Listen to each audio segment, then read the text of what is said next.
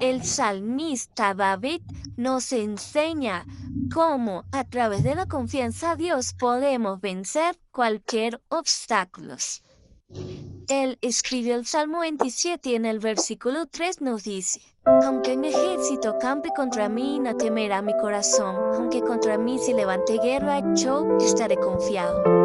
Este es el versículo 3 del Salmo 27, y donde expresa la confianza que se tiene en Dios, que en Él la fortalece y la salvación.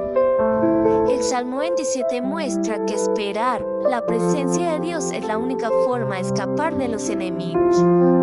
El Salmo 27 fue escrito por David, quien confiaba en que Dios lo protegía en todo momento. David sabía que Dios era más grande que cualquier amenaza, por lo que no tenía miedo. Que Dios pueda hoy bendecirte y llenarte de la fortaleza necesaria para que no tengas miedo ante cualquier situación que se te presente.